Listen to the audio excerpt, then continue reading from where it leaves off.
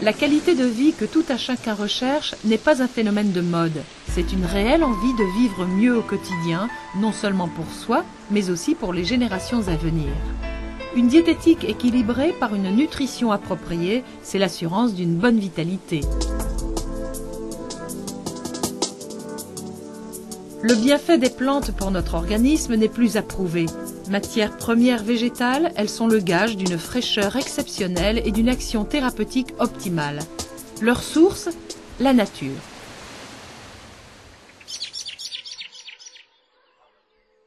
De la connaissance d'hier découle l'expérience d'aujourd'hui.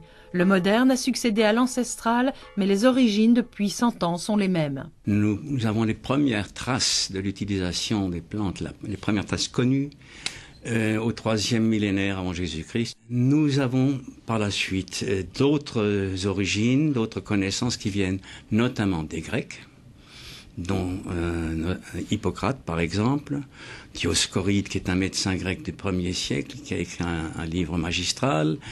Des Romains ont repris certaines choses, mais il y a surtout les Arabes aussi.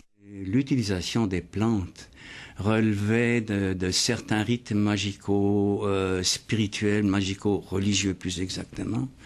Et chaque origine avait ses rites propres. Parce que souvent, ce sont les communautés religieuses qui avaient la connaissance, notamment les bénédictins, c'est eux qui étaient parmi les premiers dépositaires de la connaissance ancienne. En effet, au Moyen-Âge, les moines sont les seuls à disposer de la connaissance des plantes. Les chercheurs d'aujourd'hui ont travaillé sur cet acquis et développé ce savoir.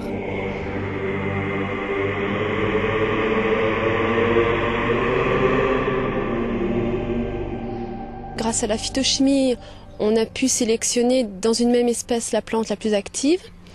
Également, on a pu reconnaître dans la plante quelle était la partie qui avait réellement une action thérapeutique. Globalement, on exige que ces plantes soient sauvages, qu'elles soient récoltées dans leur habitat naturel, loin de toute source de pollution.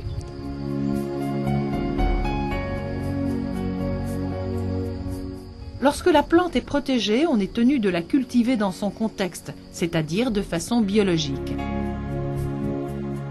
La science nous permet de contrôler la qualité et la composition de cette plante. Actuellement, on a des techniques très sophistiquées et de plus en plus performantes qui permettent d'une part d'identifier la plante, d'être sûr que la plante que l'on a en main est bien celle escomptée, et d'autre part de quantifier les substances actives dans cette plante.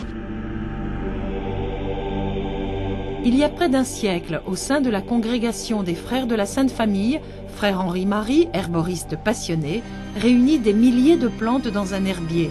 Il cueille en Savoie, en Dauphiné et dans le Bugey, cherchant dans celle-ci leur action sur l'organisme. En mariant 32 de ces plantes sauvages additionnées de noix, très abondantes dans la région, Frère Henri-Marie élabore une boisson reconstituante appelée Cario.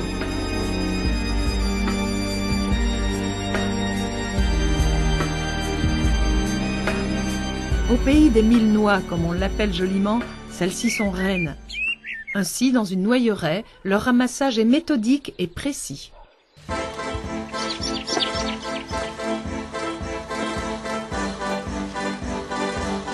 Eh bien, les noix sont récoltées au mois de juin, 24 juin jusqu'à 10 juillet environ. Il faut que la noix soit qu'elle se laisse traverser au couteau.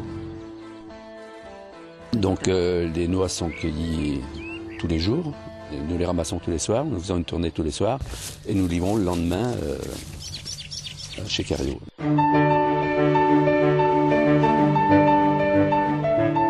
Les vitamines et minéraux sont au cœur de l'actualité. Les déficiences liées au stress, à une alimentation déséquilibrée sont fréquentes. Et pourtant, nous bénéficions aujourd'hui de la sagesse de nos anciens, puisqu'il y a 100 ans, les Frères de la Sainte Famille produisirent des boissons aux vertus bienfaisantes à base de plantes.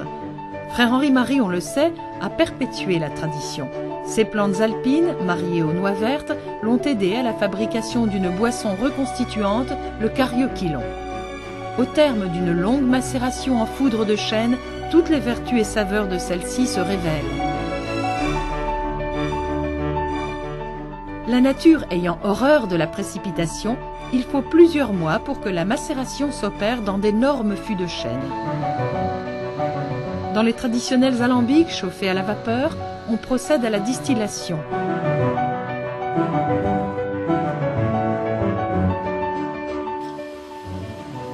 Enfin, après embouteillage, les préparations sont pasteurisées pour que leurs principes actifs et leurs saveurs restent intacts.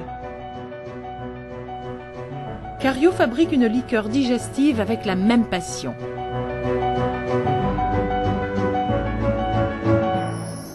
Le célèbre gastronome Bria Savarin, originaire de Belay, s'attachait à la classification des saveurs et comparait sans se lasser les produits propres à enchanter les palais les plus délicats. Ainsi, les stellinas vertes et jaunes. L'une, précieuse liqueur digestive, doit son bouquet incomparable à une double distillation exclusive. L'autre, au degré alcoolique moindre, possède une rondeur, un velouté, que les plantes alpines rehaussent considérablement. Gorgé d'acides aminés, c'est le Cario Plus au ginseng. Cariofa, lui, l'est en vitamines, en fer et magnésium.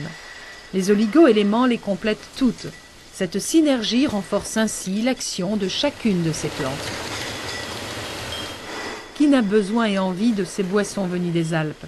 Elles exercent une action tonifiante chez les seniors et les convalescents, certes. Et les juniors alors? Eux aussi deviennent adeptes.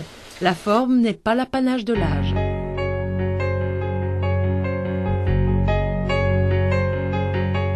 Tout ceci, on le sait, doit être associé à une saine alimentation. L'apport énergétique des boissons Cario est unanimement reconnu. Leur saveur ne gomme pas pour autant le rôle des vitamines et minéraux. Ceci entre dans la composition de la noix verte, riche pour l'organisme. La douceur du temps, la brise légère du vent, les couleurs du ciel s'associent aux milliers de plantes que le budget et son site nous offrent perpétuellement.